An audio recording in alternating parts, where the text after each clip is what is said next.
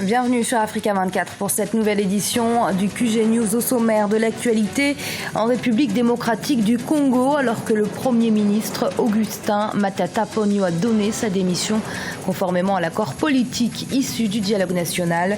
Le président Joseph Kabila s'est exprimé devant le Parlement, l'occasion d'adresser un message clair à la communauté internationale. La bataille pour reprendre la ville libyenne de Sirte se poursuit, bien que les forces régulières aient réussi à déloger la majorité des terroristes. Quelques-uns refusent toujours de se rendre. Et la 15e Assemblée des États partis au statut de Rome a eu lieu à La Haye ce 15 novembre, une réunion qui intervient alors que la Cour pénale internationale n'a jamais été aussi contestée.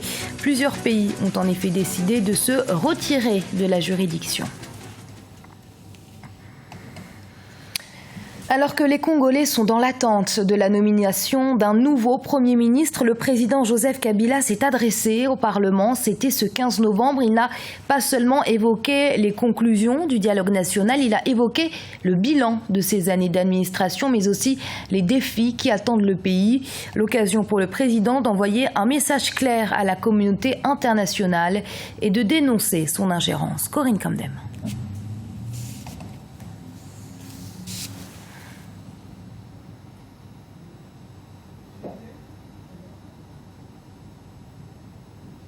Le président Joseph Kabila s'est montré incisif avec la communauté internationale et l'opposition dans son discours ce mardi 15 novembre. Il s'est exprimé devant le Parlement, un discours très attendu aussi bien par ses partisans que ses adversaires politiques en République démocratique du Congo. Si jusqu'alors il s'était gardé de commenter l'actualité politique tumultueuse de son pays, face à l'Assemblée nationale, le chef de l'État congolais a tenu à dénoncer l'ingérence internationale dans les affaires de la République démocratique du Congo. Comme je l'avais dit il y a 2 ans, dans les mêmes circonstances, les Congolais viennent de démontrer que, placés dans des conditions de libre exercice de leur droit à l'autodétermination, ils sont capables de régler en toute responsabilité leurs divergences. Ceci m'ont fait l'occasion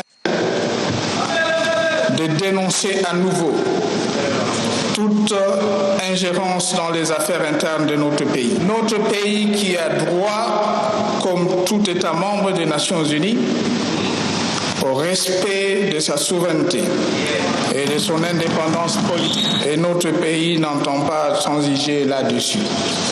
Dans son discours qui a duré 45 minutes, il s'est également adressé de manière indirecte à toutes les coalitions de l'opposition congolaise, les mettant notamment en garde contre toute manipulation des populations pour servir des intérêts égoïstes.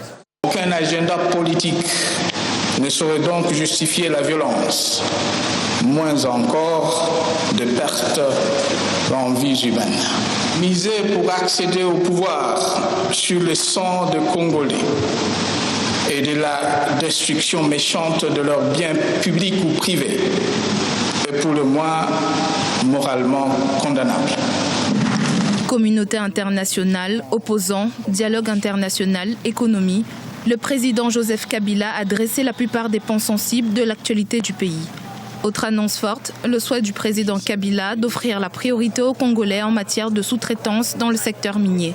Si son discours a apporté beaucoup de réponses aux Congolais, selon de nombreux experts, ce sont les questions auxquelles il n'a pas répondu, notamment celles concernant son avenir politique qui ont marqué les esprits. Le chef de l'État congolais a néanmoins annoncé qu'un Premier ministre issu de l'opposition sera nommé.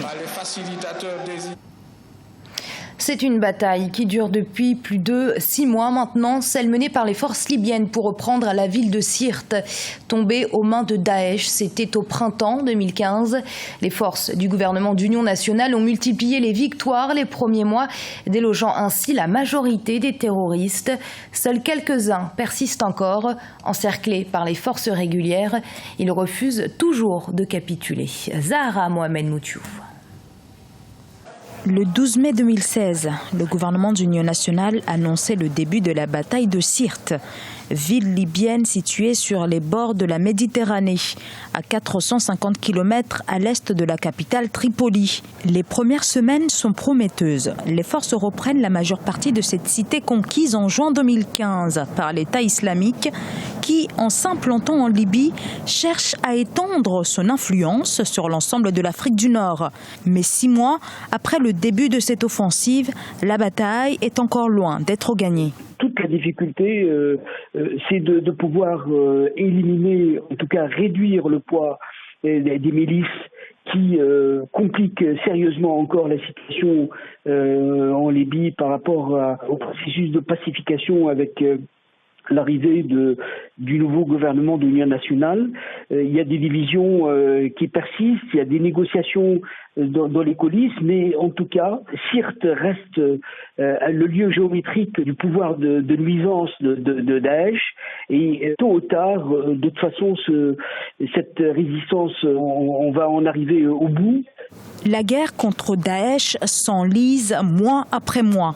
Éviter de nouvelles pertes et protéger les civils pris au piège dans la ville est l'une des raisons invoquées par le gouvernement. Il y a une volonté de préserver des vies humaines, surtout que ces groupes utilisent la population comme bouclier humain.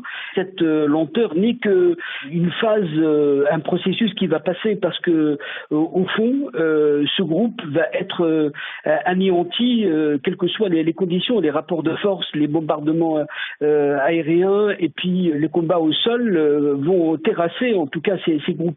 Acculé à Al-Bahriya dans le quartier numéro 3.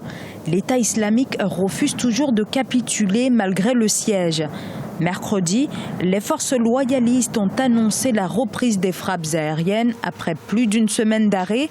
Et désormais, les djihadistes seraient encerclés dans moins d'1 km² dans Sirte, dernière zone contrôlée par le groupe terroriste sur le territoire libyen. Ouverture ce mercredi 15 novembre à La Haye aux Pays-Bas de la 15e Assemblée des États partis au statut de Rome.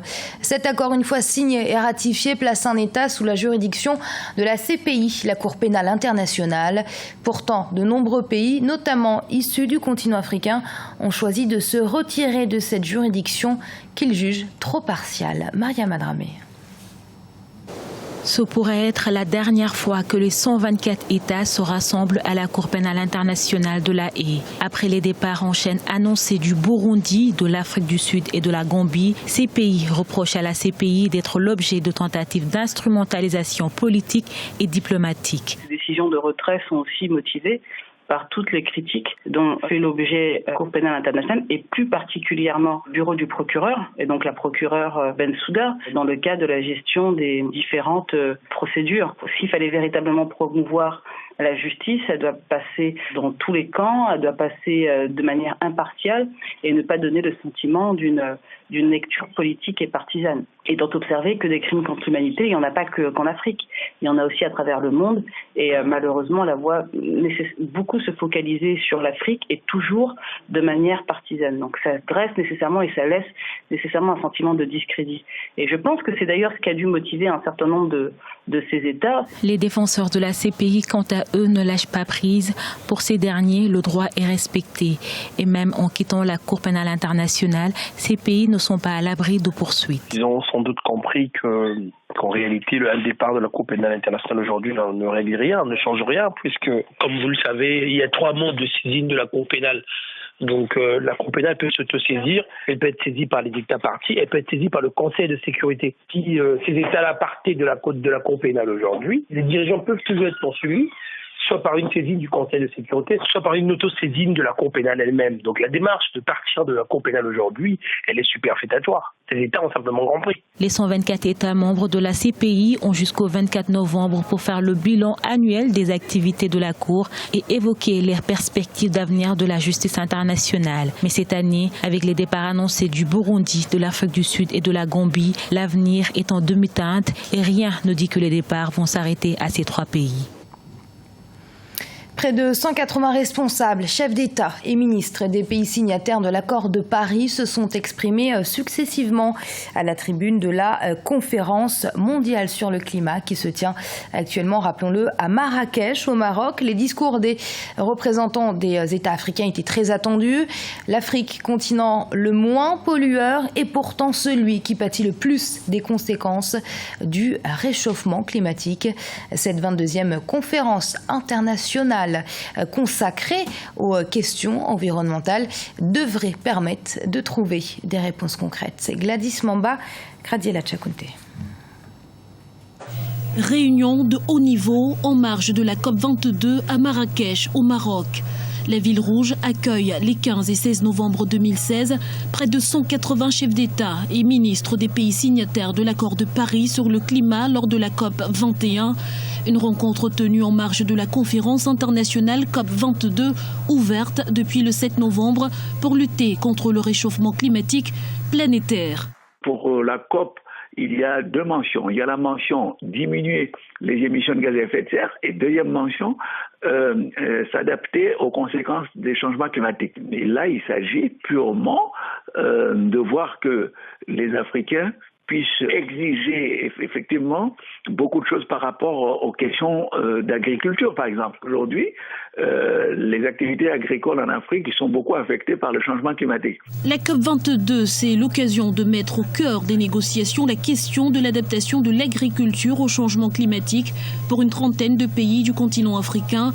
Une ambition portée par l'initiative AAA pour adaptation de l'agriculture africaine qui sera officiellement présentée ce mercredi 16 novembre. Alors qu'il n'est responsable que de 4% des émissions mondiales de gaz à effet de serre, le continent est la grande victime du réchauffement planétaire. 6 des 10 pays les plus affectés sont africains et l'on estime que les 2/3 des terres arables seront perdues d'ici à 2025. Quand bien même la hausse des températures resterait limitée à 2 degrés Celsius. Lundi 14 novembre, un plan d'action pour l'Afrique dénommé 3S pour soutenabilité, stabilité et sécurité a été officiellement lancé. Il devrait permettre la formation de près d'1 million de jeunes Africains dans les domaines de l'agriculture et de l'adaptation au changement climatique. Et ce journal a été réalisé par l'ensemble de la rédaction. Merci de l'avoir suivi. Restez sur Africa 24. Dans un instant, une nouvelle édition de l'information.